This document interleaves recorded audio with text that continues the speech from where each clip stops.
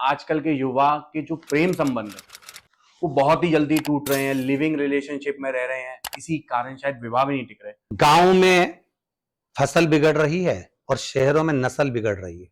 केदारनाथ का नाम सुन के मन प्रफुल्लित हो जाता है, पर आजकल के जो युवा हैं वहां केवल सिर्फ रील बनाने के लिए जा रहे हैं। आपने जिसका नाम लिया है केदारेश्वर महादेव का, केदारनाथ जी का, उसका नाम अगर जिह्वा पर आ जाए तो समझ लो कि 12 ज्योतिर्लिंग का दर्शन हो गया।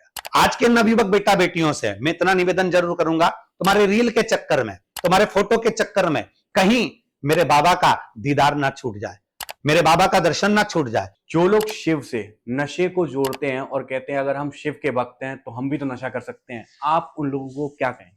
भगवान शंकर ने कभी भांग का सेवन नहीं करा, भगवान शंकर ने कभी चिलम नहीं लगाई, भगवान शंकर ने कभी गांजा नहीं पिया, भगवान शंकर ने कभी कोई नशा नहीं किया। शिव को पाने के लिए बहुत आडंबर की जरूरत नहीं है, शंकर को पाने के लिए कपड़ा बदलने की जरूरत नहीं पड़ती, कलेजा बदलो शिव तुम्हारा हो जाएगा। प्रेम का अर्थ क्या है? प्रेम ही त्याग है, त्याग की एक मूर्ति है प्रेम।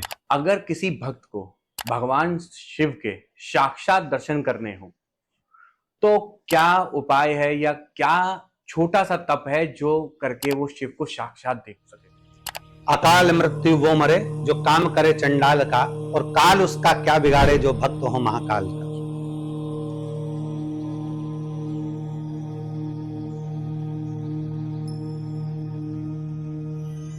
राधे राधे, स्वागत है आप सबका टू शब्द पॉडकास्ट पर।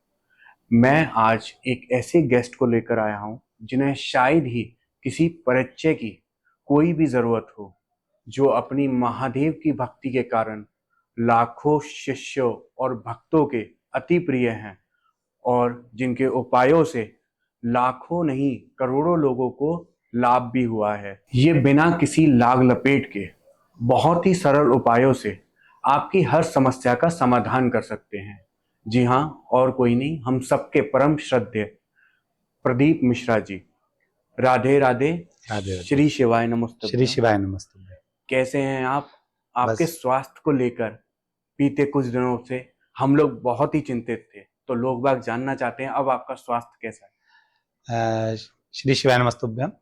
देवाधिदेव महादेव की कृपा से जो रंग पंचमी के समय पर श्रीफल लगा था सिर पर, अब तो पहले से बाबा की कृपा है, बेहतर है। और डॉक्टरों ने रेस्ट का बोला था, उस अनुसार रेस्ट भी किया और बाबा का आशीर्वाद है और आप सभी शिव भक्तों का इतना प्रेम है जिसके कारण बस बाबा की कृपा से स्वस्थ। जी, मैं चाहूंगा महादेव की कृपा हमेशा आप पर बनी रहे, क्योंकि महादेव ने अपने शिष्यों के लिए और अपने भक्तों के लिए आपको निमित्त बना के भेजा हुआ है कि वो आप उनकी हर समस्या का हल कर सके। देखिए, ये तो देवाधिदेव महादेव की करुणा है। संसार सागर में जितने भी मानव जन्म लेते हैं उसी की कृपा से ही जन्म लेते हैं, पर कहीं शिव भक्ति की ही बलता होती है जिसके कारण बस कहीं जो साधारण मनुष्य हैं उनका शिव महापुराण के माध्यम से या शिव चर्चा के माध्यम से या शंकर के नाम के माध्यम से सबका कुछ ना कुछ सुख हो जाता है और अच्छा हो जाता है। जी, वैसे तो आपको किसी परिचय की जरूरत है नहीं, पर फिर भी एक बार मेरे श्रोताओं के लिए हम जान लेते हैं कि कैसे आप एक टीचर से धर्मार्थ की तरफ या धर्म की तरफ आपका अग्रसर हुआ। आप देखिए, बाल्यावस्था तो बहुत थोड़ा सा दुख में निकली है, कष्ट में निकली है, क्योंकि बाल्यावस्था के समय पर ना तो पढ़ाई के लिए इतना धन था, ना वस्त्र पहनने के लिए सही थे। पिताजी चने का ठेला लगाते थे और उसको देखते हुए थोड़ा पहले कोचिंग चालू करा, बच्चों को पढ़ाना, ट्यूशन, छोटे छोटे बच्चों को ट्यूशन देना चालू करा, फिर स्कूल में टीचिंग करा।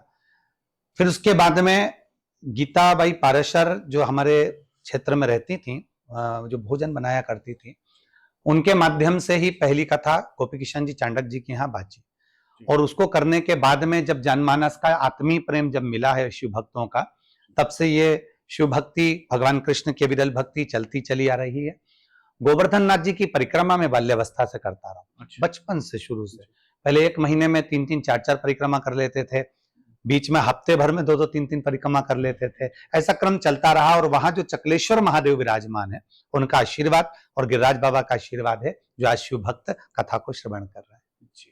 महादेव जी के धाम में है, महादेव जी के समक्ष हैं, तो महादेव जी से ही शुरू करते हैं कि सब देवों के बीच सिर्फ महादेव ही क्यों महादेव हैं, और करोड़ों देवताओं के होने के बाद भी क्यों सिर्फ वो ही एक हलाहल विष पीने के योग्य हैं, क्यों शिव ही शक्ति को धारण कर सकते हैं। देखिए, 33 कोटि देवताओं में, संपूर्ण देवताओं में ऐसा नहीं कि कोई देव कमजोर है या किसी देवता के अंदर बल नहीं है, सब देवताओं में बल है। पर देवाधिदेव महादेव जो संपूर्ण ब्रह्मांड के रचना करता है, अगर हमारा तो शिव महापुराण कहता है कि भगवान शंकर ने अमृत को अपने हस्तकमल पर मला, भगवान नारायण को प्रकट किया, दूसरे हस्तकमल पर अमृत को मला, ब्रह्मा जी को प्रकट करा, उनको कमल के पुष्प पर विराजमान करा भगवान विष्णु की नाभि पर। तो देवताओं ने भी अपने इष्ट को चुना है। जैसे मेरे राम जी महाराज जब लंका पर चढ़ाई करने के लिए जाते हैं तो उस समय पर रामेश्वर धाम की स्थापना कर कर जाते हैं। मेरे भगवान कृष्ण की 16,108 रानियां हैं। जब संतान का सुख का, आनंद का भाव उत्पन्न होता है तब वो नागेश्वर ज्योतिर्लिंग का स्मरण कर कर भगवान शिव का पूजन कर कर फिर आगे बढ़ते हैं। तो ऐसा नहीं, जगह जगह पर चाहे ब्रज की भूमि हो, चाहे अवध की भूमि हो, चाहे पूरे ब्रह्मांड हो, जहां देवताओं ने भी देवाधिदेव महादेव को चुना, क्योंकि भगवान शंकर शीतल है, भगवान शंकर शांत है, भगवान शंकर एक आनंद की राशि है। हम कहते हैं अगर शंकर का दूसरा नाम है तो वो है आनंद, जो आनंद में रहना सिखाते हैं, शीतलता में रहना सिखाते हैं, मौनता में रहना सिखाते हैं। तो देवता हो चाहे मनुष्य हो, सबको देवाधिदेव महादेव से प्रीति होती है, महादेव के प्रति उनका लगाव होता है। तो देवताओं ने भी अपने लिए भी और मनुष्यों ने भी अपने लिए, आज से नहीं पूर्व समय से भी, हम पहले भी कहे हैं कि पूरे ब्रह्मांड की पृथ्वी को कहीं से खोदा जाए तो वहां से शिवालय जरूर निकलेगा, शंकर जरूर निकलेगा। तो वो देवाधिदेव महादेव है जी, इसलिए ही कंकर कंकर में शंकर समाहित है जी।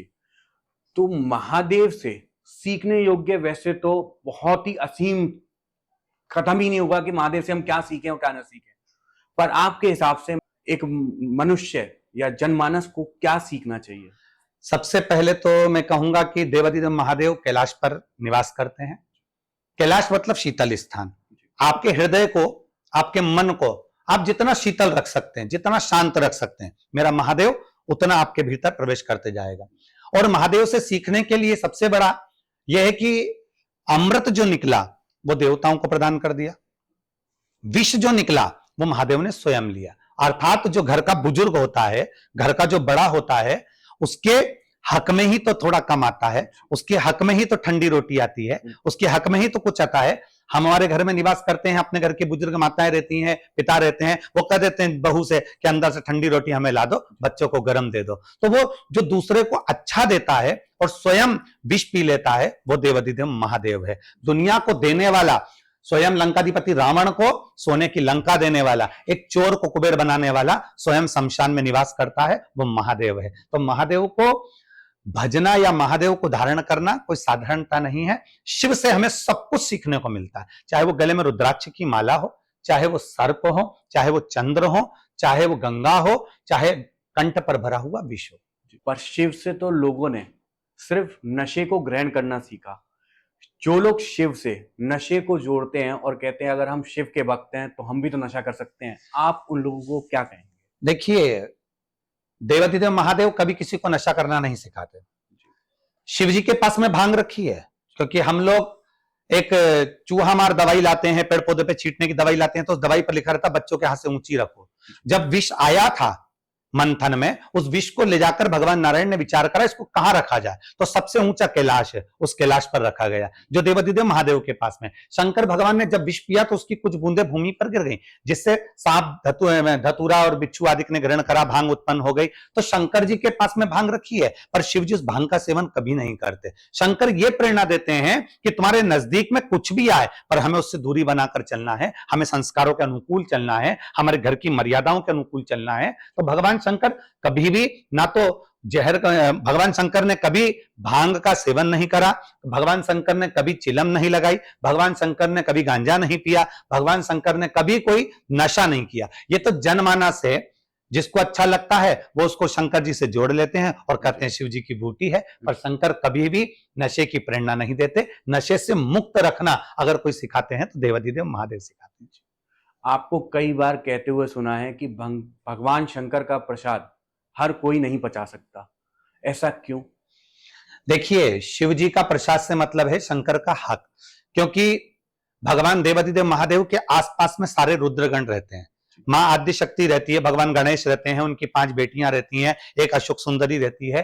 तो ये नहीं कहते कि शंकर जी का प्रसाद नहीं पचा सकते। अगर शिव को मूलतः लोग कहते हैं कि गलत चीजों से अगर धारणा कर लेते हैं, जैसे भांग से कर लेते हैं या अन्य चीजों से कर लेते हैं, पर जो बेलपत्र है, शिव जी पे चढ़ा हुआ जल है या शंकर जी को चढ़ा हुआ नैवेद्य है, अगर हम मानकर चलें कि नर्मदा के कंकर का है या भगवान शंकर को प्रसन्न कर कर हमने उनसे मांगकर ग्रहण करा है, तो वो हमें अमृत का तुल्य हो जाता है। ऐसा नहीं कि शिव जी का दिया पचता नहीं है, शंकर का लिया पचता नहीं है। एक पिता और माता की थाली में से भी हम अगर कुछ ग्रहण करते हैं तो माता पिता हमें वर ही प्रदान करते हैं, श्राप कभी नहीं देते। भगवान शिव को कई लोगों को वस्तु अर्पित करने की विधि ही नहीं पता है। वो उनको कैसे भी मलते हैं, कोई भी वस्तु लेके उन पे मलते हैं। वो है तो सजीवी, चाहे आप किसी भी शिवलिंग को मल रहे हो, आप उनमें मान रहे हो कि ये शिव हैं, तो प्राण है उनके अंदर, तभी आप उनको पर उनको कैसे भी मल देते हैं। तो असल में भगवान शिव को वस्तु अर्पित करने की विधियां क्या है? देखिए, शिव महापुराण हो, लिंग पुराण हो या हमारे जितने भी पुराणों में वर्णन किया गया है कि भगवान शंकर को स्नान भी कैसे कराना है, उनका अर्चना कैसे करना है, उनकी पूजन क्या करना है, कैसे उनको वस्तु समर्पित करना है। आज के समय में देवाधिदेव महादेव को कोई भी सामग्री चढ़ाई गई, हाथ में अपने बहुत सारी चूड़ियां हैं, हाथ में अंगूठियां हैं, हाथ में बहुत सारे धागे वगैरह बंधे हुए, हम भगवान शंकर को मल रहे हैं और उनको खरोच लग रही है, तो ये श्रेष्ठता नहीं है। जैसे एक छोटा सा बालक होता है, हम बालक से जैसा स्नेह करते हैं वैसा स्नेह अपने प्रभु से करना चाहिए। वो स्नेह अपने जिस परमात्मा का हम भजन कर रहे हैं, चाहे राम हो, चाहे कृष्ण हो, चाहे शिव हो, उससे वो ऐसा प्रेम करो जैसे बाल्यावस्था में बच्चे से करते हैं। उसको कोमलता से स्पर्श करना, कोमलता से वस्त्र धारण कराना, कोमलता से उसका श्रृंगार करना। तो मेरे देवाधिदेव महादेव को भी सहजता से, आप अगर जरूरी नहीं कि मलोगे ही तो भगवान शंकर का श्रृंगार होगा, भगवान शंकर को ऊपर से जल चढ़ाकर भी आप आनंद ले सकते हैं, सुंदर बेलपत्री से श्रृंगार कर कर भी आप आनंद ले सकते हैं। हमने अपने शिव पुराण के माध्यम से शिव जी को कैसे बेलपत्र चढ़ाना है, कैसे धतूरा चढ़ाना है, कैसे हमको जल चढ़ाना है, पूरे विधानों का वर्णन किया है कि किस तरह से हम शिव को रिझा सकते हैं। पर भ्रांतियां इतनी हो जाती हैं, लोग इतने भ्रम में पड़ जाते हैं कि शंकर जी को अपन ने दही डाला है तो अच्छे से मलना ही है, उसमें अंगूठी भगवान को लग रही है, चूड़ियां भगवान को लग रही है। तो ऐसा नहीं कि हमारे कारण भगवान को चोट पहुंचे। देवाधिदेव महादेव तो भोले हैं, सहज है, सरल है, वो तो अलमस्ती में बैठे रहते हैं, वो अपने बच्चों से नाराज नहीं होते। पर अपना भी तो कर्तव्य है कि अपने माता पिता को चोट ना पहुंचे, इसलिए उनको देखकर फिर अनुकूलता में कार्य करिए। एक लोटा जल सब समस्याओं का हल, इसका अभिप्राय क्या है? देखिए, ये जो शब्द लिया गया है, ये शब्द आज का नहीं, भगवान शंकर ने जितने विवाह करे, चाहे सती मां हो, उमा हो, कात्यायनी हो, कुष्मांडा हो, स्कंदा हो, जितने जितने माता ने भगवान शिव ने विवाह करे हैं, पार्वती से लेकर, इन सभी माताओं ने भगवान शंकर को एक लोटा जल समर्पित किया है। और शिव जी को जल चढ़ाते चढ़ाते फिर अगर त्रेता का समय देखा जाए, उसमें मेरे राम जी ने एक लोटा जल समर्पित किया है। फिर द्वापर देखा जाए तो मेरे भगवान कृष्ण ने एक लोटा जल समर्पित किया है। तो इसको आज का हम वर्णन नहीं करेंगे कि सारी समस्या का एक लोटा जल है। हम पूर्व में जितनी जितने समस्या देखते आए हैं, सबको एक लोटा जल चढ़ाकर शिव जी को सबने अपनी समस्या का हल किया है। तो आज भी शिव को एक लोटा जल चढ़ाइए और अपनी समस्या का हल कर लीजिए। पर वो सच्चे मन से शिव को समर्पित होके, भाव कि सांस्कृतिक वस्तुओं का लोभ रखते हुए। ना ना ना, देखिए, शंकर को सांस्कृतिक वस्तुओं का लोभ होता ना, या हम शिव जी को रिझा सकते थे पीतांबर देकर, अंबर देकर, 56 भोग देकर, हीरे मोती देकर। मेरा शंकर से कभी नहीं रिश्ता। मेरे शंकर को तो तुम्हारा निर्मल मन सो मोहि पावा। भगवान शंकर को तो तुम्हारा हृदय जितना शीतल है, अभी कहा कि भीतर शीतलता होना चाहिए। शिव को पाने के लिए बहुत आडंबर की जरूरत नहीं है, शंकर को पाने के लिए कपड़ा बदलने की जरूरत नहीं पड़ती, कलेजा बदलो, शिव तुम्हारा हो जाएगा। रुद्राक्ष का क्या महत्व है? और यहाँ का रुद्राक्ष आप कहते हैं कि वो पवित्र है, वो पूरे ब्रह्मांड में सबसे पवित्र रुद्राक्ष है। रुद्राक्ष का क्या महत्व है और रुद्राक्ष को धारण करने की क्या विधि है? क्या रुद्राक्ष, कहा जाता है कि रुद्राक्ष को कभी अकेले धारण नहीं करना चाहिए, क्या ये बात भी सत्य है? देखिए, शिव महापुराण में 1 मुखी से 14 मुखी तक रुद्राक्ष का वर्णन है। स्कंद महापुराण में 1 मुखी से 21 मुखी तक रुद्राक्ष का वर्णन है। सभी रुद्राक्षों का अपना एक मंत्र है, सभी रुद्राक्षों का अपना एक तरीका है, पहनने का भी और उसको धारण करने का भी। रुद्राक्ष भगवान शंकर के नयन अश्रु से प्रकट हुआ है, और ये केवल देवाधिदेव महादेव ने अपने लिए नहीं, ये भगवान देवाधिदेव महादेव ने अपना ही एक स्वरूप जनमानस को उसके संग चलने के लिए दिया है। जब व्यक्ति का विल पावर कमजोर होता है, जब व्यक्ति को ऐसा लगता है कि मैं अब हार रहा हूं, उस जगह पर रुद्राक्ष काम कर जाता है, उस जगह पर रुद्राक्ष का जल काम कर जाता है। तो रुद्राक्ष भगवान शंकर का, हम कहेंगे, हमारे लिए दिया हुआ एक गिफ्ट है, भगवान शंकर का एक दिया हुआ आशीर्वाद है, जो शिव का ही एक स्वरूप है, जिसको लेकर चलना, अपने धारण कर चलना या उसका जल पीना, यह हमारे लिए बलता प्रदान करता है। आज के समय में बहुत सारे रिसर्च सेंटर लगे हैं जो रुद्राक्ष को गलाकर उसके पानी को रिसर्च कर रहे हैं कि ये इसमें क्या बल है, क्या आनंद है। तो उससे मालूम पड़ता है कि हमारे शरीर को ऊर्जा भी बहुत देता है। जैसे किसी शिवलिंग के करीब में जाते हैं तो ऊर्जा प्राप्त होती है, ऐसी रुद्राक्ष से ऊर्जा प्राप्त होती है। और बात रही सीहोर के रुद्राक्ष का, तो सीहोर का जो रुद्राक्ष होता है वो गंडकी का रुद्राक्ष होता है। अर्थात नेपाल में जितने भी रुद्राक्ष होते हैं वो वृक्षों पर होते हैं, उसको तोड़ा जाता है, उसको लाया जाता है और उसको बेचा जाता है। यहाँ जो रुद्राक्ष आते हैं, जो नीचे गिर जाते हैं गंडकी नदी के अंदर, वो बहकर जो एकत्रित हो जाते हैं एक और गंडकी के जल से जो आनंदित हो जाते हैं, उस जल से, जिस जल में शालिग्राम भगवान प्रकट होते हैं, उसी जल का ये रुद्राक्ष होता है जो सीहोर में प्राप्त होता है। उस रुद्राक्ष को लोग रोग मुक्ति के लिए, कार्य सिद्धि के लिए इसको धारण करते हैं।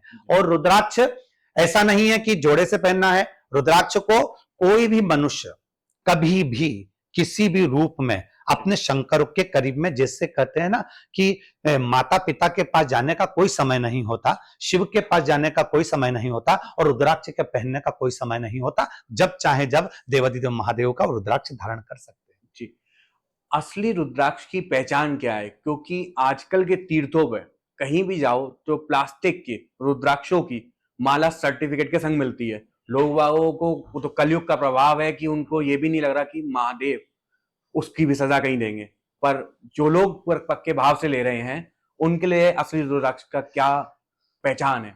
देखिए, असली रुद्राक्ष, जैसे कुबेरेश्वर धाम का जो रुद्राक्ष है वो तो तांबे के कलश में गलाते हैं, और उसको गलाया हुआ पानी 1 साल, 2 साल, 4 साल, 10 साल, 15 साल तक भी यूज करते हैं, तो रुद्राक्ष कभी सड़ता नहीं। और कहीं के रुद्राक्ष का वर्णन अगर हम देखते हैं तो प्लास्टिक का रुद्राक्ष थोड़े दिन में गल जाता है, उस पर काई जम जाती है, सड़ जाता है। पर रुद्राक्ष की पहचान करना है तो शहद का जो जल होता है उसमें हम रुद्राक्ष को जब डालते हैं तो उस रुद्राक्ष के कारण, उस जल के कारण रुद्राक्ष ऊपर और नीचे कई बार उत्पन्न होता रहता है। और उस रुद्राक्ष को अगर 5 दिन या 7 दिन तक हमने उसको पानी के अंदर डाल के रख दिया तो रुद्राक्ष थोड़े समय के बाद अपने आप टूट जाएगा या सड़कर गिर जाएगा। पर असली जो रुद्राक्ष होता है वो हमेशा 1 साल से मतलब नहीं, जीवन पर्यंत आप गले में धारण करिए। असली रुद्राक्ष टूटता नहीं, बेकार होता नहीं, ना सड़ता है, उसकी पहचान ही यही। रुद्राक्ष शिव जी को अति प्रिय है, इसकी चर्चा हमने की, पर शिव जी को प्रिय नंदी भी है, यानी कि गौ। तो गौ सेवा का क्या महत्व है, या गौ सेवा करने से हमें क्या मिलता है? देखिए, भगवान शंकर नंदी पर विराजमान है, धर्म पर विराजमान है। गौ माता पृथ्वी का रूप है जो शीतलता देती है। एक कथा हमारे शास्त्रों में आती है, जिस समय पर भगवान शंकर पर गौ माता अपने बेटे मनोरथ को दूध पिला रही थी, अपने पुत्र को दूध पिला रही थी, और गौ माता जब अपने बेटे मनोरथ को दूध पिला रही थी उसका फैन शिव जी पर उड़ गया था। शंकर भगवान को क्रोध आ गया था। शिव जी गौ माता के करीब में गए तो गाय माता ने भगवान शंकर को अपने श्वास से खींच लिया था और शिव को अपने अंदर धारण कर लिया था। कई वर्ष तक भगवान शंकर गौमाता के उदर में बैठे रहे। 33 कोटि देवी देवता शंकर जी की आराधना करने के लिए गौमाता की आराधना करते रहे। फिर गौमाता की आराधना माता पार्वती ने करी, तब भगवान शंकर गौमाता के शरीर से प्रकट हुए, जिनको नंदीश्वर भी कहा जाता है। तो हमारे यहां शास्त्र कहता है जैसे 33 कोटि देवी देवताओं ने गौमाता की सेवा करी, अर्चना करी, आराधना करी, तो जनमानस के कल्याण के लिए शिव प्रकट हुए, उसी तरह गौमाता स्वयं संसारिक जीवों के कल्याण के लिए भूमंडल पर है। तो भगवान शिव ने स्वयं शिव महापुराण में कहा है कि जब तक भूमि पर गौमाता की सेवा होती रहेगी, गौमाता के खुर की रज पड़ी रहेगी, तब तक ये ब्रह्मांड मेरे अनुकूल चलता रहेगा और मैं ब्रह्मांड पर आशीर्वाद प्रदान करता रहूंगा। तो हम तो संपूर्ण विश्व से यही कामना करते हैं कि गौमाता की सेवा ही प्रधान है उसको करते रहे। पर कुछ लोग तो गौ माता को खाने का योग्य मतलब समझने लगे हैं कि उनको गौ माता के मांस में स्वाद आने लगा है। किसी भी जीव की हत्या, वैसे तो किसी भी जीव की हत्या पाप ही है, पर आजकल के लोग गौ माता के बारे में सुन के उनकी हत्या ज्यादा करने लगे हैं। तो ऐसे लोगों को आप क्या कहना चाहेंगे? उन्हें क्या पाप लगते होंगे या उन्हें किस चीज से डरना चाहिए? देखिए, मूल चीज तो यह है कि आज का व्यक्ति ये नहीं सोचता कि पाप क्या है, पर जब अपने पर आती है ना, तब समझ में आता है कि मैंने कौन सा पाप किया है। किसी जीव को कष्ट देने के बाद में, जैसे कोरोना महामारी आया, आपने जीवों को कष्ट दिया तो जीवों ने भी तो अपनी बद्दुआ दी होगी, जिसके कारण बस पूरे ब्रह्मांड में ये बीमारी फैली और लोग समाप्त हुए। आप किसी को कष्ट दे रहे हो तो ये मत सोचो कि आप बहुत सुखी हो। गौ माता का वध कर दिया तो यह ना सोचे कि हम सुखी हैं। गौ माता का मांस खा लिया तो यह ना सोचे कि हम सुखी हैं, या किसी जीव का मांस खा लिया तो यह ना सोचे कि हम सुखी हैं।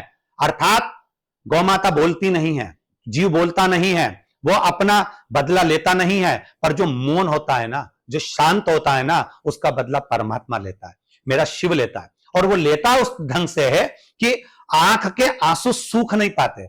जब व्यक्ति गौ माता के साथ त्राण करता है या गौ माता को कष्ट देता है या किसी जीव को कष्ट देता है, जब एक समय ऐसा आता है कि उसकी औलाद के सम्मुख में वो जीव रोता है जो उस गौ माता को कष्ट देने वाला होता है, तो हम तो कहेंगे आप अपने कर्म का भोग भोगने के लिए तैयार हो जाओ। अगर गौ माता को कष्ट दे रहे हो तो आप भी मरने से पहले उस कष्ट को जरूर भोगोगे। ये जीव को भोगना ही पड़ता है, कर्म का दंड भोगना ही। केदारनाथ का नाम सुन के मन प्रफुल्लित हो जाता है, पर आजकल के जो युवा हैं वहां केवल सिर्फ रील बनाने के लिए जा रहे हैं। तो मैं आपके मुख से जानना चाहता हूं कि केदारनाथ की यात्रा या केदारनाथ जी का दर्शन कितने ही पुण्यों से या कितने ही जन्मों के तप से मिलता होगा, जो आजकल के युवा हंसी मजाक खेल में एक रील में उड़ा देते हैं। देखिए, आपने जिसका नाम लिया है केदारेश्वर महादेव का, केदारनाथ जी का, उसका नाम अगर जिह्वा पर आ जाए तो समझ लो कि 12 ज्योतिर्लिंग का दर्शन हो गया। केवल केदार शब्द मुख पर आने से 12 ज्योतिर्लिंग के दर्शन का सुख मिल जाता है। तो जरा विचार करिएगा कि केदारनाथ जी के लिए जब हम जाने की तैयारी करते हैं, कहते हैं कि केदारनाथ के दर्शन के लिए जब हम जाते हैं, 12 ज्योतिर्लिंग में से केदार के दर्शन के लिए जब हम जाते हैं, जब हमारा बैग तैयार करते हैं तो वो बैग भी हम तैयार नहीं करते। हमारे कहीं पूर्वजों का पुण्य उदय होता है, जब हमारे पूर्वजों का पुण्य प्रकट होता है तब जाकर हमारे बैग भी हमारे पूर्वज तैयार करवाते हैं कि इस बैग में हमें क्या लेकर जाना है। अब जरा विचार करिएगा, केदार जाना मुख पर आया मतलब हमारे ऊपर देवताओं का आशीर्वाद हो गया, 12 ज्योतिर्लिंग की कृपा हो गई।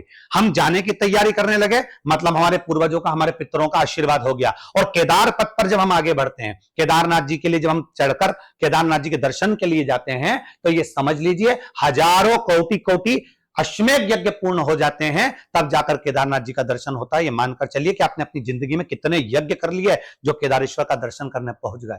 पर आज के नवयुवक बेटा बेटियों से मैं इतना निवेदन जरूर करूंगा, तुम्हारे रील के चक्कर में, तुम्हारे फोटो के चक्कर में कहीं मेरे बाबा का दीदार ना छूट जाए, मेरे बाबा का दर्शन ना छूट जाए। आप वो एकांत में बैठा ही इसलिए, वो बुलाता ही उसको है जिसकी झोली भरना होती है, नहीं तो बुलाता ही नहीं है। आप कई लोगों के टिकट बने रह जाते हैं, वो जा ही नहीं पाते केदारनाथ। जाने वाला तो वो होता है जिसको बाबा बुलाता है। तो कहीं मेरे बाबा ने आपको याद किया होगा, कहीं मेरे केदारेश्वर दादा ने आपको याद किया होगा। ये मानकर चलिए कि बाबा ने आपको बुलाया है, तो रील में नहीं, फोटो में नहीं, फालतू की चीजों में नहीं, होटल में नहीं, मेरे बाबा के चरणों में 2 क्षण बैठकर भगवान शंकर का दीदार कर कर, उससे प्रेम की बात कर कर अपनी झोली खुशियों से भरकर लेकर आओ और उससे मिलकर आओ। जी, अगर किसी भक्त को भगवान शिव के साक्षात दर्शन करने हो तो क्या उपाय है या क्या छोटा सा तप है जो करके वो शिव को साक्षात देख सके? शिव का साक्षात दर्शन करना है तो अपने माँ बाप की सेवा कर लो। माता पिता की सेवा से बड़ा शिव दर्शन ही नहीं दे सकता। अगर आपने माँ बाप की सेवा करिए ना, माता पिता की सेवा करिए, घर में बुजुर्ग की सेवा करिए, किसी प्यासे को पानी पिलाया है, किसी भूखे को भोजन कराया है, किसी निर्धन बच्चा उसको एजुकेशन दिलाई है, कोई बहुत आनंद में आगे बढ़ना चाहता है और उसका हाथ पकड़कर आपने आगे बढ़ा दिया, तो समझ लो शंकर का दर्शन हो गया, शिव का साक्षीकरण हो गया। और शंकर अपने रूप में कभी नहीं आते। मेरे भगवान नारायण के 24 अवतार हो सकते हैं, पर मेरे शिव के अवतार नहीं होते। मेरा शंकर शंकर ही रहता है। वो अपना प्रतिबिंब के रूप में किसी को भेज देता है, और भेजता है जब आपका कोई कार्य सिद्ध हो और आपके सामने कोई आ जाए, समझ लो मेरा शिव आया है, मेरा शंकर कर कर चले गया है। वो अपने स्वरूप में कभी नहीं आता, किसी ना किसी स्वरूप में भेज देता है। तो शंकर का अगर दर्शन करना है तो माता पिता की सेवा करिए। शंकर का अगर दर्शन करना है तो किसी असहाय की सेवा में लग जाइए, आपको शिव का दीदार हो जाएगा, शंकर का दर्शन हो जाएगा। बिल्कुल, अगर आपको भगवान के दर्शन करने हैं तो पहले आप किसी के लिए भगवान बनिए। बिल्कुल, जब आप किसी की सेवा रूप में किसी के सामने भगवान बन के प्रकट होंगे, तब वो देख रहा है ऊपर, तब वो किसी ना किसी को आपके पास भेज देता है। जब हम केदारनाथ से लाई हुई प्रीतियों को या चित्रों को अपने घर में विराजित कर सकते हैं, या अमरनाथ कहीं की भी शिव जी के प्रतिबिंब को हम अपने घर में विराजमान कर सकते हैं, तो हम किसी शिवलिंग को अपने घर में क्यों विराजमान नहीं कर सकते हैं? देखिए, ऐसा नहीं है। लिंग पुराण के अंतर्गत तो हमारे यहां वर्णन आता है कि भगवान शंकर का शिवलिंग घर में होना चाहिए। ये लोगों ने भ्रम पैदा कर दिया कि शिवलिंग घर में नहीं होना चाहिए। माता पिता के बिना घर सूना लगता है, उसी तरह शंकर के बिना देवालय सूना लगता है। आप गणेश जी को बिठा लिए, लक्ष्मी जी को बिठा लिए, नारायण को बिठा लिए, कृष्ण को बिठा लिए, राधा जी को बिठा लिए, राम जी को बिठा लिए, सारे देवता को बिठा लिया। अगर आपके घर में शिव नहीं है, शंकर का शिवलिंग नहीं है, शंकर का स्वरूप नहीं है, तो वो देवालय खाली है। वो देवालय खाली है, क्योंकि शंकर का जहां प्रतिबिंब है वो शिवालय कहलाता है। रामचरितमानस में स्वयं तुलसी बाबा कहते हैं कि बिना शिव के राम प्रसन्न नहीं होते। श्रीमद् भागवत में वर्णन आता है कि बिना शंकर के भगवान कृष्ण प्रसन्न नहीं होते। तो शंकर के बिना तो ये भी प्रसन्न नहीं होते। तो आपके पूजन कक्ष में शंकर का शिवलिंग होना जरूरी है। और चित्रपट की बात है कि अमरनाथ जी का चित्र हम रखते हैं, 12 ज्योतिर्लिंग का चित्र रखते हैं, यह आपके मन का भाव है, पर शिवलिंग जरूर होना चाहिए घर के अंतर्गत। वो शिवलिंग का होना बहुत जरूरी। पर कुछ लोग तो शिवलिंग को घर से बाहर स्थान देते हैं, शमी के पेड़ के नीचे, तो वो सही है या शिवलिंग घर के अंदर ही होना चाहिए? शमी के वृक्ष के नीचे हो, चाहे बेलपत्र के वृक्ष के नीचे हो, पार्थिव शिवलिंग वहां श्रेष्ठ होते हैं। घर में अगर पाषाण का शिवलिंग है, पारद का शिवलिंग है, स्फटिक शिवलिंग है, तो वो हमारे घर के अंदर होना चाहिए। हाँ, यदि इस आकृति से बड़ा अगर शिवलिंग होता है, एक मुष्टिका से बड़ा शिवलिंग आता है, तो वो पेड़ के नीचे, वृक्ष के नीचे मंदिर में जा सकता है। पर इससे कम आकृति का अगर शिवलिंग होता है तो वो हमारे घर में ही होना चाहिए। घर के अंदर उसकी सेवा कर सकते हैं। प्रेम का अर्थ क्या है? क्या दो शरीरों का मेल प्रेम है, या आत्मा का परमात्मा से मेल प्रेम है, या फिर परमात्मा में ही विलीन हो जाना प्रेम है? असल में प्रेम की क्या परिभाषा है? प्रेम की सबसे बड़ी परिभाषा है त्याग। प्रेम करने वाला त्याग को अपने अंदर धारण कर ले, क्योंकि आज जो प्रेम है वो प्रेम नहीं, उसको प्यार कहते हैं, जिसमें चाकू चल जाते हैं, छुरे चल जाते हैं, और एक दूसरे को मारने के लिए, बदला लेने के लिए आतुर हो जाते हैं। एक बेटी ने बेटे को छोड़ दिया, एक लड़की ने लड़के को छोड़ दिया, वो उससे बदला लेता है। लड़का लड़की को छोड़ देता है, बदला लेता है। इसको प्यार कहा गया, इसको प्रेम नहीं कह सकते। प्रेम में त्याग होता है। मेरी राधा रानी ने भगवान कृष्ण से प्रेम किया है, मेरे कृष्ण ने राधा रानी से प्रेम किया है, उसमें त्याग भी किया है। भगवान एक दूसरे से दूर हुए, पर बदले की भावना नहीं आई, खून खच्चर की भावना नहीं आई। जब हमारे भीतर प्रेम उत्पन्न होता है तो उसमें त्याग बढ़ जाता है।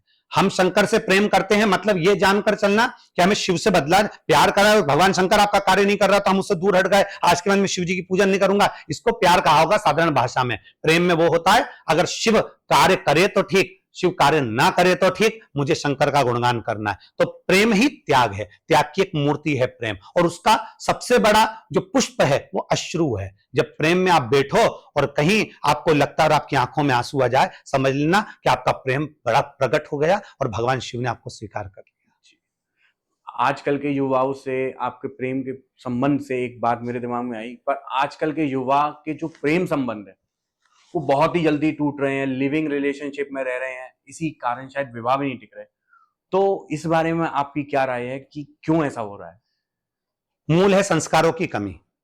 गांव में फसल बिगड़ रही है और शहरों में नस्ल बिगड़ रही है। आज जो सबसे बड़ी कमी है वो संस्कारों की कमी है। और ऐसा नहीं कि माता पिता संस्कारों से विहीन बच्चों को रख रहे हैं। माता पिता बच्चों को पढ़ा रहे हैं, अच्छी एजुकेशन दिला रहे हैं और दिलाना चाहिए, माता पिता का कर्तव्य है। अच्छी एजुकेशन दिला रहे हैं, पढ़ा रहे हैं, पर उसमें सबसे मूलता यह है कि माता पिता उस एजुकेशन के चक्कर में अपने बच्चों को अपने घर का संस्कार नहीं दे पा रहे। जैसे घर में रहना किस तरह से है, एक भाव कैसा होना चाहिए, किससे मिलना चाहिए, किससे नहीं मिलना चाहिए, उसका स्वभाव के अनुकूल कैसे रहना चाहिए, यह आज के समय में बच्चे को नहीं आ रहा। थोड़े दिन बच्चे रहना पसंद करते हैं, थोड़े दिन बाद तलाक हो जाता है, थोड़े दिन बाद तो प्रेम छूट जाता है, वो प्यार समाप्त हो जाता है। तो मतलब हम तो कहेंगे कि अगर कुछ दिन रहने के बाद अगर आपका प्रेम टूट गया तो वो प्रेम नहीं था, वो प्यार नहीं था, वो केवल एक खिलवाड़ था।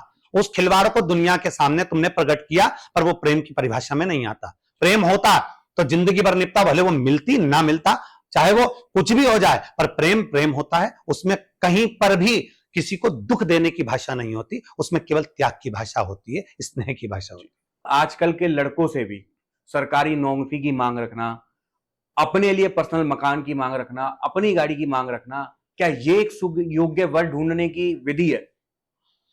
देखिए, अभी के ही प्रवचन में हमने वर्णन किया था इसका कि एक बकरी पालने वाला बकरी को संभाल कर रखता है तो वो बकरी को देना पसंद नहीं करता। तोता पालने वाला तोता नहीं देता अपना। आप भी अगर किसी कुत्ते को पालेंगे, डॉगी को पालेंगे, बच्चे को पालेंगे तो वो देना पसंद नहीं करेंगे। एक माता पिता अपनी जिंदगी की पूरी पूंजी, अपनी बेटी, जिसको हृदय का टुकड़ा कहते हैं, दिल का टुकड़ा कहते हैं, उसको पढ़ा लिखा कर दूसरे के हाथ में दे देते होंगे। उस माता पिता से पूछो कि उसने दिया क्या है, अपना कलेजा निकाल कर दे दिया। आज के समय में एक पढ़ी लिखी लड़की, घर संभालने वाली बेटी, आपको लेकर चलने वाली बेटी, आपके माता पिता को लेकर चलने वाली बेटी, आपका सम्मान करने वाली बेटी, आपका आदर करने वाली बेटी, आज के समय में अगर आपको मिल रही है तो ये फ्रिज, कूलर, गाड़ी, बंगले से दूर हो जाइए। एक अच्छी कन्या अगर आपको मिल रही है तो उससे बढ़कर कोई दौलत नहीं, उससे बढ़कर कोई संपदा नहीं है। तो मेरा तो नवयुवक बेटों से निवेदन है कि दहेज की मांग नहीं करना, दहेज के लिए आगे नहीं बढ़ना, दहेज को छोड़कर उस बेटी को लेकर आओ जो बेटी हमारे आने वाले वंश को बढ़ाएगी, हमारे आने वाले वंश को अग्रणता देगी, उनको संस्कारित बनाएगी। तो वो संस्कारवान बहू हमारे घर में होना चाहिए। आप मेरे प्रश्न को थोड़ा सा मिसकंफ्यूज कर गए। मेरा प्रश्न ये था कि लड़कों से जो आजकल डिमांड की जाती है, क्या वो सुयोग्य वर ढूंढने की विधि है? कैसे? जैसे लड़कों से डिमांड की जाती है आपके पास अपना पर्सनल मकान होना चाहिए माँ बाप से अलग, और अपनी गाड़ियां होनी चाहिए, सरकारी नौकरी होनी चाहिए, तो ये भी तो एक तरीके का दहेज है। देखिए, लोगों को लगता है कि लड़के से डिमांड करी गई कि आपका पर्सनल मकान होना चाहिए, पर्सनल गाड़ी होना चाहिए, ये दहेज नहीं है। मूलतः हर व्यक्ति, जैसे हमारी भाषा में कहते हैं कि गाय का दान करना है तो उस ब्राह्मण को दीजिए जो गौमाता के सेवा कर सकता हो, जो गौमाता को रख सकता हो। गाय को रखने के लिए उसके पास जगह नहीं है, थोड़े से दूध के चक्कर में गौमाता को लेकर चले गया और ले जाने के बाद गाय को थोड़े दिन रखकर कसाई के हाथ में बेच दी, तो वो श्रेष्ठता नहीं है। उसी तरह माँ बाप होते हैं, अपनी बेटी को देने से पहले विचार करते हैं कि लड़का सुयोग्य है कि नहीं, लड़के के पास में वो उस लेवल का है कि नहीं जिस लेवल से हमारी बेटी को रख सकता है, हमारी बेटी को सुखी रख सकता है। तो वो चीज देखते हैं। वो ये, हाँ, ये चीज गलत है माँ बाप की डिमांड कि हमारा लड़की अलग रहेगी तो उसके लिए मकान अलग होना चाहिए, गाड़ी अलग होना चाहिए। मैं तो ये कहूंगा कि अपनी बेटी के चरण इतने प्रबल हैं, आपको अपनी बेटी पर नाज होना चाहिए कि मेरी बेटी किसी कंगाल के घर भी चली गई ना तो अच्छा मकान बना सकती है, मेरी बेटी किसी गरीब के घर भी चली गई तो वहां भी गाड़ी खड़ी हो सकती है। अर्थात अपनी बेटी पर नाज होना चाहिए। दूसरे से डिमांड नहीं करना कि लड़के के पास गाड़ी कितनी है, लड़के के पास बंगले कितने ना, अपनी बेटी में वो बल होना चाहिए, उस बेटी में इतनी एनर्जी होना चाहिए, उस बेटी में भक्ति इतनी होना चाहिए कि वो 4 गाड़ियां अपने दरवाजे पर खड़ी करने की बलता रखे। और बेटी के चरण से बड़ा कोई धन नहीं होता, इसलिए लड़कों से डिमांड करना यह श्रेष्ठता नहीं है। कन्यादान की आपने बात की, कन्यादान का क्या महत्व होता है? आजकल के जो युवा हैं अपने आप ही शादी कर लेते हैं, माँ बाप को कई बार कन्यादान करने को नहीं मिल पाता, या कुछ माँ बाप ही अपनी सुयोग्य वर या सुयोग्य वधू अपने आप विवाह कर लेते हैं, पर माँ बाप तैयारी नहीं होते तो माँ बाप भी कन्यादान छोड़ देते हैं। तो असल में कन्यादान का महत्व क्या होता है? देखिए, कन्यादान से मतलब लोग समझें, पहले तो हम कहेंगे कि बेटी को चाहिए कि अपने माता पिता को कन्यादान का मौका दे। गरुड़ पुराण में एक वर्णन आता है कि 94 तरह के नरकों से निकलने के लिए एक कन्यादान भारी है। जब माता पिता अपनी बेटी का कन्यादान करते हैं, चरण पखारते हैं, पांव धोते हैं, हाथ में सुंदर हाथ देकर बेटी को कन्यादान करते हैं, तो वो कन्यादान नरकों से भी छुड़ा देता है। आज का जो समय है, बेटियां किसी ना किसी रूप में अच्छी एजुकेशन में जब पहुंच जाती हैं, पढ़ने लगती हैं, नौकरी करने लगती हैं, तो उनको कोई लड़का पसंद आ जाता है, उस लड़के से वो विवाह करने के लिए आतुर हो जाती हैं। माता पिता मना करते हैं, फिर भी वो दबाव डालती हैं, तो माता पिता भी उसको कह देते हैं कि तुम कर लो। तो हम तो कहेंगे कि अगर वो लड़का सुयोग्य है, आपके लायक है, अपने धर्म का है, सनातन धर्म का है और अपने व्यवहार के अनुकूल है, तो माता पिता को आगे बढ़कर कन्यादान कर देना चाहिए। आपके अनुकूल है, उस बेटी के अनुकूल है, तो बेटी के अनुकूल नहीं है तो फिर उससे दूरी बना लेना चाहिए। कन्यादान की मूलता दहेज से नहीं होती, कन्यादान की मूलता अपनी बेटी को सुयोग्य के हाथ में देने से होती है। विवाह से पहले शारीरिक संबंध बना लेना या लिविंग रिलेशनशिप में रहना, क्या ये कलयुग का प्रभाव है जो आजकल ऐसा हो रहा है, या हम लोग इससे बच भी सकते हैं? देखिए, बचना भी चाहिए। किसी ना किसी रूप में आप जिसके साथ रह रहे हो, जिसके साथ आप व्यवहार में रह रहे हो, उसको बहुत अच्छी तरह से आप जान गए हो। जानने के बाद आपकी छोटी छोटी गलतियां उसको मालूम है, आपकी नस मालूम है कहां दबाना है और किस तरह से आपको व्यवहार करना है। आपने देखा होगा कि आज के समय में लड़का लड़की साथ में रहते हैं और बाद में वो संबंध निपटा नहीं है, कोई संबंध नहीं निभा, वो कोई भी संबंध रहा ही नहीं है। आप कितना भी वो किसी भी रूप में रहे हो, 8 साल 4 साल 6 साल रहने के बाद शादी करे हो, वो संबंध बाद में टिका ही नहीं है, क्योंकि वो श्रेष्ठ है ही नहीं और वो होना भी नहीं चाहिए। माता पिता जो संबंध कराएं, माता पिता किसी न किसी रूप में बेटा देखे बेटी देखे और संबंध कराते हैं, वो टिकता है और बहुत लंबे समय तक टिकता है, 7 जन्म तक टिकता है, तो वो होना चाहिए। मैंने कई बार आपको कहते हुए सुना है कि शादी में लिफाफे मत दिया करो, तो ऐसा क्यों? देखिए, हमने कहा है कि विवाह शादी में लिफाफे की जरूरत नहीं पड़ती, जितनी जरूरत कोई हॉस्पिटल में पड़ा हुआ है, कोई बच्चे को एजुकेशन की जरूरत पड़ रही है, कोई भूखा है, उस जगह पर सब दूर दीपावली मनाई जा रही है और किसी के घर में रोटी के भी पैसे नहीं है, तब वो लिफाफा वहां काम आता है, तब वो लिफाफा वहां दिया जाता है। ठीक है, आपने लिफाफा दिया शादी में और बहुत एंजॉय किया लोगों ने, 500-700 रुपए की प्लेट को 2 मिनट में फेंक दिया लोगों ने, खाया पिया, पर वो तुम्हारा दिया हुआ लिफाफा उस जगह काम नहीं आता। तुम्हारा लिफाफा जब कोई हॉस्पिटल में पड़ा है, वहां कोई सहयोग करने के लिए नहीं आता, वहां कोई सपोर्ट करने के लिए नहीं आता, वो लिफाफा वहां काम आ सकता है। कोई भूखा है वहां काम आ सकता है। तो प्रयास करें कि शादी में लिफाफे की जगह प्रेम देने का प्रयास करें, समर्पण देने का प्रयास करें, स्वयं जाकर उस शादी में एकाग्रित होकर उसका आनंद लेने का प्रयास करें। व्यवहार को धन से ना तोड़ें, धन से ना तोलना है। व्यवहार आज के समय में धन से तुल गया। आपने मुझे ड्राई फ्रूट्स का डब्बा दिया है दिवाली पर, तो मुझे भी आपको ड्राई फ्रूट्स का डब्बा देना है। आपने मुझे मिठाई का डब्बा दिया है, तो मुझे भी मिठाई का डब्बा देना है। अर्थात आज का व्यवहार, आज की रिश्तेदारी, आज के संबंध केवल धन से तुल रहा है। तो ये धन से संबंधों को ना तोला जाए। व्यवहारिकता रखिए, प्रेम रखिए, आनंदता रखिए, धन से तोलने का प्रयास ना करिए। मैं मानता हूं कि मेरा बताया हुआ या आपका बताया हुआ कोई भी उपाय किसी नियति को नहीं बदल सकता, पर महादेव सब कुछ बदल सकते हैं। तो कोई भी जो सालों किसी बड़े रोग से ग्रसित हो या बहुत ही लाइलाज बीमारी से ग्रसित हो और उसका कोई इलाज ना हो पा रहा हो, तो आप उसे क्या उपाय बताएंगे? देखिए, अकाल मृत्यु वो मरे जो काम करे चंडाल का, और काल उसका क्या बिगाड़े जो भक्त हो महाकाल का। रोग से ग्रसित से कोई व्यक्ति हो, राजा श्वेत की कथा आती है हमारे शास्त्रों में, जिसको यम लेने के लिए आ गया और भगवान शंकर उसकी रक्षा के लिए खड़े हैं। तो राजा श्वेत के सामने यमराज से भगवान शंकर कह देते हैं कि मृत्युलोक मेरा धाम है। देवलोक में भगवान नारायण रहते हैं, ब्रह्मलोक में ब्रह्मा रहते हैं, इंद्रलोक में इंद्र रहते हैं, पृथ्वीलोक में मैं रहता हूं। पृथ्वी पर आने से पहले मुझसे पूछना पड़ेगा यम तुझे कि मैं पृथ्वी पर से इस जीव को लेकर जा रहा हूं, जाऊं कि ना जाऊं। राजा श्वेत को तुम लेकर जा रहे हो, तो भगवान यमराज को कहते हैं आज तो आ गए, आज के बाद मेरे से बिना पूछे नहीं आएंगे।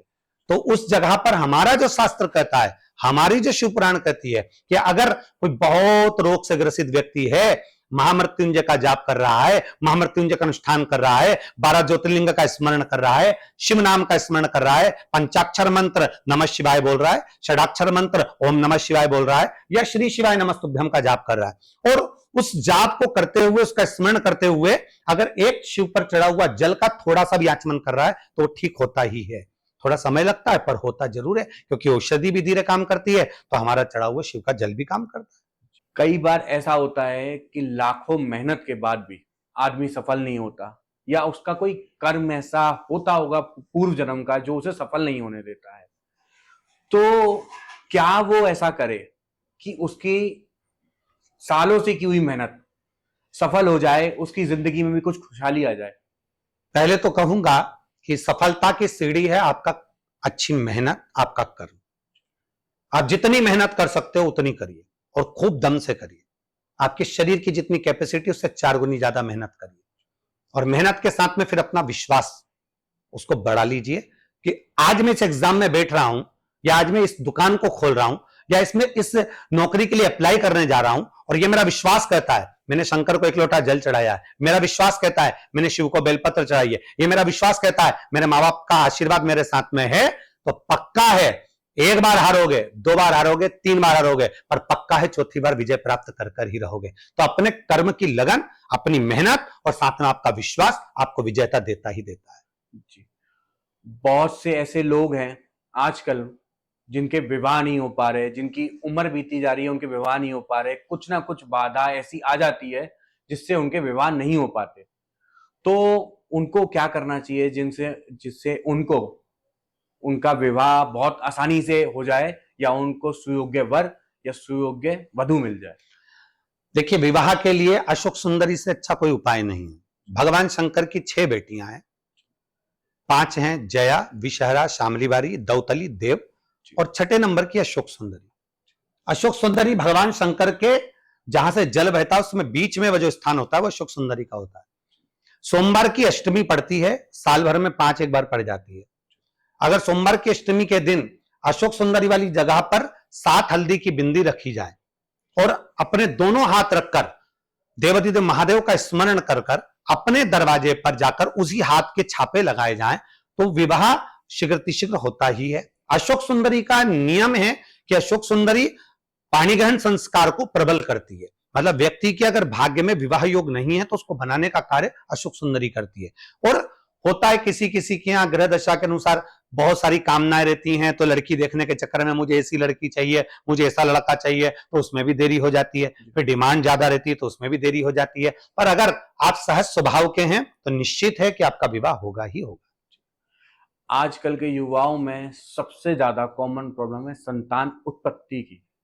बहुत युवा संतान उत्पत्ति से परेशान हैं। तो संतान उत्पत्ति के लिए क्या उपाय करना चाहिए जिससे उनको भगवान शिव अपने यहाँ प्रकट हुए? शिव महापुराण के महत्तम में तुमरुकेश्वर महादेव का वर्णन आया, तुमरुका जी का, जिन्होंने शिव महापुराण का वाचन किया है, और उस वाचन को शंकर पार्वती ने श्रवण करा। तुमरुका जी का नाम एक ऐसा नाम है जैसे देवऋषि नारद है वैसे ही तुमरुकेश्वर है। शास्त्र कहता है सफेद आंकड़े की जो जड़ होती है, जिसके गणेश जी भी बनते हैं, अपन कहते हैं आंख के गणेश जी हैं, सफेद आंकड़े की जड़ के गणेश जी हैं, उस सफेद आंकड़े की छोटी सी जड़ रजस्वला धर्म का जब 7वां दिन होता है, उस 7वें दिन के बाद उस आंकड़े की जड़ को 7वें दिन भगवान शंकर के मंदिर में ले जाकर शिवजी पे से घुमाकर 21 बार तुमरुकेश्वर महादेव का नाम लेकर अगर नारी नंदी के पास खड़े होकर लाल धागे में अपनी कमर पर बांधती है तो संतान का सुख होता ही है। थोड़ा समय लग सकता है, हो सकता है 1 बार प्रयोग करने से ना हो, 2 बार करिए, 3 बार करिए, पर संतान का सुख आता जरूर है, और व्यासपीठ ने यह सुख देखा भी है लोगों के। अगर जैसे किसी इंसान को ये लगता है कि मेरे ऊपर किसी ने कुछ कर दिया है, या मुझे भान दिया है, या मेरे घर पर किसी ने कुछ ऐसा किया हुआ है जिससे हम लोगों के बीच में कलह हो रहा है, उस बाधा से बचने के लिए भगवान शिव का क्या उपाय है, उसको करना चाहिए? पहले तो कहूंगा, अगर आप शंकर की आराधना करते हो, शिव को 1 लोटा जल चढ़ाते हो, शंकर का भजन करते हो, शिव मंदिर जाते हो, शंकर की कथा सुनते हो, तो ये मन से निकाल दीजिए कि कोई आपके ऊपर बंधन करा है। ये निकाल दीजिए कि कोई ने आपको बांध दिया या आपका व्यापार बांध दिया या आपके ऊपर कुछ कर दिया, क्योंकि जब भूतों का नाथ आपके साथ है तो किसी भूत में बल नहीं कि वो आपका कुछ बिगाड़ सके। जब भूतों का नाथ आपके साथ है तो किसी में सामर्थ्यता नहीं कि कोई आपका बाल बांका कर सके। तो ये भ्रम है हमारा कि कोई ने बांध दिया, कोई ने कुछ कर दिया। अगर बांधने वाले होते तो आज मोदी के पीछे ना पड़े होते, अगर बांधने वाले होते तो अंबानी के पीछे ना पड़े होते। तो ये बांधने का भ्रम तो हम नहीं मानते। हम तो महादेव के भगत हैं। जो शंकर का भगत होता है ना, ये बांध दिया, किसी ने टोना कर दिया, किसी ने कुछ कर दिया, ना ना ना। मेरे शिव के भक्त, मेरे शंकर के भक्त जानते हैं शंकर तो शमशान का निवासी है। जब शंकर का शिवलिंग तुम्हारे पास है, तुम रोज शिवालय जा रहे हो, शंकर का चढ़ाया हुआ जल लाकर अपने घर पर छीट रहे हो, तो किसी की सामर्थ्यता नहीं कि कोई बंधन कर दे। शिव तुम्हारे साथ में है। तो ये तो विचार निकाल देना चाहिए कि कोई ना कुछ कर रहा है। कुछ लोग आजकल किराए के मकान में रहते हैं, किराए के मकान से अपने मकान में जाने के बहुत प्रयास करते हैं पर नहीं जा पाते हैं। तो क्या शिव महापुराण इसमें भी कोई उपाय देता है कि वो किराए के मकान से अपने मकान में जा सके? जी, धतूरा और बेलपत्र। जी, धतूरा वो है जिसका फल हम शिव को समर्पित करते हैं, दुनिया समझ नहीं पाती। धतूरे का जो फल होता है वो व्यक्ति को प्रॉपर्टी में वृद्धि करता ही करता है। ज्यादा अगर अपने को जल्दी चाहिए तो धतूरे के अंदर का जो बीज होता है, धतूरे को फोड़कर जो उसके अंदर का भाग निकलता है, वो हम शिव को समर्पित कर सकते हैं। तो धतूरा कहीं ना कहीं हमको प्रॉपर्टी बनाता ही है। भूलवश भी अगर हम धतूरा चढ़ा देते हैं तो उससे हमारी संपदा बनती ही है और बढ़ती ही है। आजकल हमारा राष्ट्र सिर्फ हिंदू और मुस्लिम कर रहा है, जबकि उनको ये पता नहीं है कि हिंदू शब्द का हमारे सनातन धर्म से कोई संबंध ही नहीं है। वो सिकंदर का दिया हुआ एक फारसी वर्ड है। हम सनातन धर्म से आते हैं और हिंदू जो नाम है वो भारतवर्ष में रहने वाले हर मनुष्य को दिया गया एक टाइटल है कि ये हिंदू है। और हम हिंदुस्तान वासी, चाहे किसी भी धर्म से हो, चाहे किसी भी संप्रदाय से हो, हम हिंदुस्तानी हैं। हम एक्चुअल में सनातनी हैं। और सनातन हमें सिखाता है कि हम किसी भी संप्रदाय से या किसी भी जाति से ऊपर उठ के किसी भी जीव में या मानव में अपने प्रभु का दर्शन करें। आजकल के युवाओं का किसी भी धर्म या जाति के हिसाब से आपस में बैरभाव करना, ये आपके हिसाब से कितना ठीक है? देखिए, हम कभी भी अपनी व्यासपीठ से ये नहीं कहे कि हिंदू शब्द को बांटा हो या हिंदू शब्द, हमने हमेशा कहा सनातनी शब्द, क्योंकि सनातन ही हमारा मुख्य है। और हमारा सनातन धर्म कभी नहीं सिखाता कि हमें किसी धर्म को गाली देने का। हमारा सनातन धर्म ने कभी नहीं सिखाया कि हम किसी धर्म को गाली दें। सनातन धर्म ये जरूर कहता है कि आप अपने धर्म की निंदा ना सुने। आपको किसी के धर्म की निंदा नहीं करना है। सनातन धर्म वाले को किसी के धर्म के ऊपर उंगली नहीं उठाना, किसी धर्म को गाली नहीं देना, पर इतना जरूर करना कि अपने सनातन धर्म की निंदा सुनना भी नहीं है और ना हमें करना है। अपने अलमस्त में रहो, भगवान की भक्ति में रहो। जितने नवयुवक टीम है, बेटा बेटियां, उनसे कहेंगे अपने सनातन धर्म को पहचानने का प्रयास करो। सनातन धर्म से मतलब यह नहीं होता कि आप किसी भी धर्म को आक्षेप कर दें या गालियां दे दें या उससे लड़ने के लिए खड़े हो जाएं या किसी धर्म को नीचा दिखा दें। सनातन धर्म का मतलब है आप मंदिर, देवालय, शिवालय तक जाएं, अपने माता पिता का आदर करें और अपने धर्म के अनुकूल अच्छे कार्य करते रहे, जनमानस की सेवा करते रहे। लोग वाग अपना रोना दुनिया के आगे रोते रहते हैं कि हमारे घर में ये नहीं है, हमारे घर में वो नहीं है, और वो भगवान से भी रोते हैं। तो भगवान के आगे रोने का और इंसान के आगे रोने का उन्हें मतलब ही नहीं पता है। एक्चुअल में इंसान को किसके आगे अपना दुखड़ा रोना चाहिए? पहले तो संसार के आगे रो रहे हो तो ये मूर्खता है तुम्हारी। आपके दुखड़े को आप संसार के आगे रो रहे हो तो ये मूर्खता है। मतलब आपको परमात्मा पर भरोसा ही नहीं है, आपको परमात्मा पर विश्वास ही नहीं है, मेरे देवादिदेव महादेव पर भरोसा ही नहीं है। क्या कर लिया?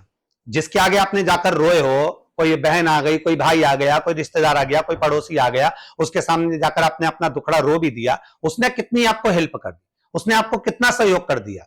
हमने अपनी भाषा में कहा है, आज के समय में ज्ञान देने वाले बहुत सारे मिलेंगे पर सहयोग देने वाले नहीं मिलेंगे। और ज्ञान देने वाले तो बहुत मिल जाएंगे, आपके पास में आके खड़े हो जाएंगे, पर दुखड़ा रोते समय आपको सब ज्ञान देंगे, क्यों रो रहे हो, देख लेंगे, कर लेंगे, पर कोई सहयोग नहीं करेगा। सहयोग देने वाला केवल आपका विल पावर, आपके भीतर का बल ही आपको सहयोग प्रदान करेगा, और शंकर का नाम ही आपको सहयोग प्रदान करेगा। तो हमारा तो निवेदन है, संसार वासियों के सामने रोने से अच्छा है परमात्मा के सामने जाकर रोइए, जिसको देव अश्रु कहते हैं। हम भगवान के सामने पहुंचते हैं तो भगवान के सामने जाकर अपनी करुणा की पुकार करते हैं, तो भगवान सुनता जरूर है। द्रौपदी ने भरी सभा में अपने पतियों के सामने भी तो रोई है, धृतराष्ट्र गांधारी के सामने भी तो रोई है, भीष्म पितामह गुरु द्रोणाचार्य के सामने भी तो रोई है। कौन आ गया चीर बचाने के लिए? कोई नहीं आया। तब द्रौपदी ने अपने गुरु के वचन पर स्मरण करा, और गुरु ने कहा, यहां जितने बैठे हैं ना, कोई तेरा साथ देने वाले नहीं है, तुझे जो मंत्र दिया गया उस मंत्र का जाप कर। और द्रौपदी ने अपने गुरु मंत्र का स्मरण किया, भगवान कृष्ण को पुकारा, तो भगवान कृष्ण दौड़कर आ गए। इतने सारे संसार के लोगों के सामने रोई तो कौन ने आंसू पोंछ दिए? कोई नहीं था। उसी तरह संसार वासियों के पास में अगर जाकर रोगे तो संसार वाले आपको केवल ज्ञान दे सकते हैं, पर सहयोग नहीं दे सकते। पर मेरा देव अधिदेव महादेव ऐसा है कि भगवान के सामने अगर जाकर कुछ कहोगे ना, तो भगवान उसको स्वीकार भी करेगा और साथ देगा भी। आप इतने भक्तों के समस्याओं का हल करते हैं और इतने भक्तों की समस्याएं देखते हैं, आपके अपने जीवन में सबसे पीड़ादायक समस्या या सबसे पीड़ादायक आपने कौन सा एक्सपीरियंस करा था जो आपको लगा था नहीं अब ये बहुत ज्यादा है, महादेव से मैं इसके लिए भक्ति करूंगा? देखिए, बाल्यावस्था का जो समय था ना, पिता चने का ठेला लेकर जा रहे हो, कोई आता है डंडा बजाकर कहता है यहाँ ठेला खड़ा नहीं करना है, 25 रुपए देना पड़ेंगे, 20 रुपए देना पड़ेंगे, कमाई उतनी ना हो और पैसे निकाल कर देना पड़ता हो। ठेला लगाने वाला किसी की दुकान के सामने ठेला लगा लेता है तो दुकान वाला भी कहता है आपको 20 रुपए देना पड़ेगा, उसको देना पड़ता हो। 5 बच्चे हों, उसकी एजुकेशन भी चल रही हो, उनको पढ़ाना भी है, बच्चों का ब्याह शादी भी करना है, वो पीड़ा बहुत भारी होती है। उसके अनुकूल घर में अन्न का दाना ना हो और किसी के दरवाजे पर जाकर अपन आस लेकर जाएं कि मुझे यहां कुछ मिल जाएगा, मंदिर की चौखट पर भी इस भाव से बैठे कि मंदिर में प्रसाद चढ़ेगा तो वो हाथ में मिल जाएगा, उस प्रसाद को इकट्ठा कर कर घर ले जाकर दे दिया जाएगा, उससे बड़ी दुनिया में कोई पीड़ा नहीं हो सकती। पढ़ने की लगन है पर किताबें नहीं है, स्कूल जाने की लगन है पर ड्रेस नहीं है, दोस्तों की ड्रेस पहनकर स्कूल जाना है और एग्जाम देना है, उससे बढ़कर कोई पीड़ा नहीं हो सकती। तो ये एक पीड़ा जो है भीतर की, वो कहीं शिव को जोड़ देती है और शंकर के करीब में आने के बाद में फिर शिव उसको स्वीकार कर लेता है, तो यही शंकर के करीब लेकर जाता है। आजकल के युवाओं को आप इस पॉडकास्ट के माध्यम से क्या मैसेज देना चाहेंगे? मैं सारे नवयुवक बच्चों से, बेटा बेटियों से इतना जरूर कहना चाहूंगा, अपनी लगन को, अपनी मेहनत को, अपने विश्वास को कभी कम मत होने दो, और जितना मेहनत कर सकते हो उतनी मेहनत करो, आगे बढ़ो, शंकर को एक लोटा जल चढ़ाते रहो और अपने विश्वास को प्रबल बनाकर आगे बढ़ो। आप अपनी मंजिल तक जरूर पहुंचोगे और अग्रण्य जरूर होगे। जी, मैं चाहता तो नहीं कि ये पॉडकास्ट यहाँ रुके, ना ही कोई इस पॉडकास्ट को सुनने वाला ही चाहता होगा।